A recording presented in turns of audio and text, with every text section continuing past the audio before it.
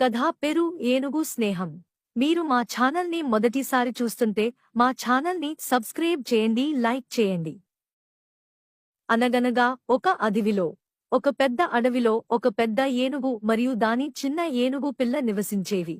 ఆ అడవిలో ఒక లేడీ కూడా ఉండేది. ఏనుగు పిల్ల, లేడీ చాలా మంచి స్నేహితులు. అవి రోజూ కలిసి ఆడుకునేవి.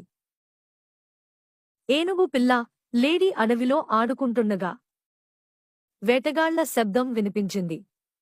రెండూ భయపడిపోయాయి. వెంటనే పెద్ద ఏనుగు వాటి అరుపు విని అక్కడికి వచ్చి వేటగాడి మీద దాడి చేసి వీటిని కాపాడుతుంది. వేటగాడు వెళ్ళిపోయాక ఏనుగు పిల్ల, లేడీ పెద్ద ఏనుగుకు కృతజ్ఞతలు చెప్పాయి.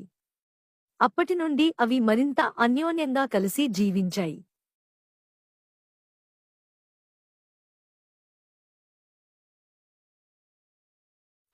రే అగండి అగండి, ఎక్కడికి వెళ్ళిపోతున్నారు? అసలు ఈ కథకు నీతి ఉండదని ఎవరికైనా తెలుసా? నేను నీతి చెప్పలేదు, మీరు నీతి అడగలేదు.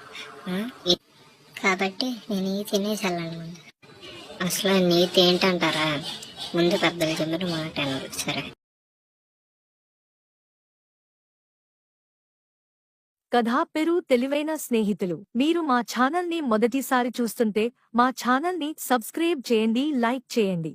ఒక చిన్న చెరువులో తాబేలు, కప్ప ఉండేవి. పక్కనే ఉన్న పొలంలో ఒక ఎలుక ఉండేది. అవి మూడు మంచి స్నేహితులు. ఒకరోజు వర్షాలు బాగా పడి చెరువు నిండిపోయింది. పొలంలోకి నీళ్లు వచ్చాయి.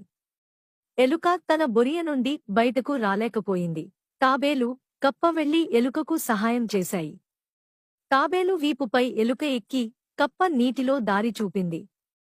అలా మూడు సురక్షితంగా బయటపడ్డాయి. ఆ రోజు నుండి వాటి స్నేహం మరింత బలపడింది.